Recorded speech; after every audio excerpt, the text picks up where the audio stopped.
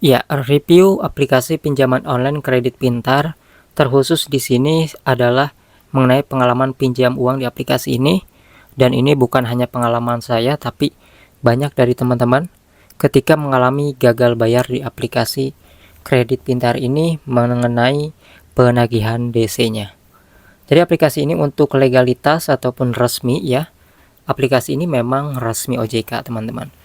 Namun tentunya aplikasi ini ternyata ketika kita gitu ya mengalami gagal bayar ataupun telat bayar, ternyata si DC dari aplikasi ini juga suka datang ya teman-teman ya.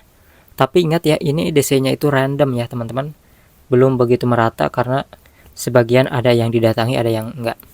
Namun perlu teman-teman ketahui bahwasanya aplikasi yang berlimit maksimal 50 juta ini, kredit pintar ya, ternyata DC-nya ini kadang-kadang datangnya itu ke rumah ya, kadang-kadang juga datangnya ke kantor ataupun ke tempat kerja. Jadi teman-teman bisa mengetahui ya dari video ini bahwasanya DC-nya itu berani ke tempat kerja selain ke rumah. Karena di sini saya dapat info juga dari teman-teman yang lain yang bercerita bahwasanya mereka ini udah datang 4 kali ya. Rata-rata orang yang galbay di kredit pintar ini didatangi 4 kali. Ada yang ke rumahnya 2 kali, ke tempat kerja 2 kali. Ada juga yang ke rumahnya 1 kali, ke tempat kerja 3 kali. Nah ini buat teman-teman yang mungkin gak enak ya sama teman-teman yang ada di tempat kerja, kayak bos, yang mungkin teman-teman karyawan, itu tentunya akan sangat mengganggu ya dari cara penagihan kredit pintar ini. Namun seharusnya teman-teman kalian tahu ya bahwasanya aturan dari OJK tidak memperbolehkan pinjaman online DC-nya ini turun ke tempat kita bekerja ataupun ke kantor, kecuali kita yang mempersilahkan. Jadi buat teman-teman itu yang harus kalian tahu. Mungkin yang belum pernah pinjam ya bisa tahu ya dari video ini bahwasanya aplikasi kredit pintar ini ternyata penagihan DC-nya itu sampai berani datang ke kantor.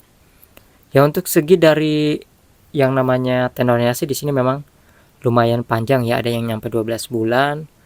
Kemudian juga untuk bunganya nih di sini ya kita bisa lihat. Untuk suku bunga tahunan tidak lebih dari 36%. Kemudian di sini juga untuk ini ya teman-teman ya, untuk biaya admin ataupun biaya layanan enggak diperlihatkan. Nah di sini teman-teman bisa lihat sendiri ya, untuk alamatnya sendiri ada di Jakarta Selatan. Jadi untuk aplikasi ini DC-nya memang rutin datang sebulan, paling sebulan ada 2 kali ataupun sekali ya. Setidaknya ya setelah 2 bulan ataupun 3 bulan kita galbay ya suka ada ya teman-teman dari DC kredit pintar ini. Apakah ketika didatangi DC kita harus bayar? Jawabannya gak wajib juga teman-teman ya, karena sudah banyaknya cerita juga. Mereka bilang kalau nggak ada uang ya bilang aja gak ada uang ya.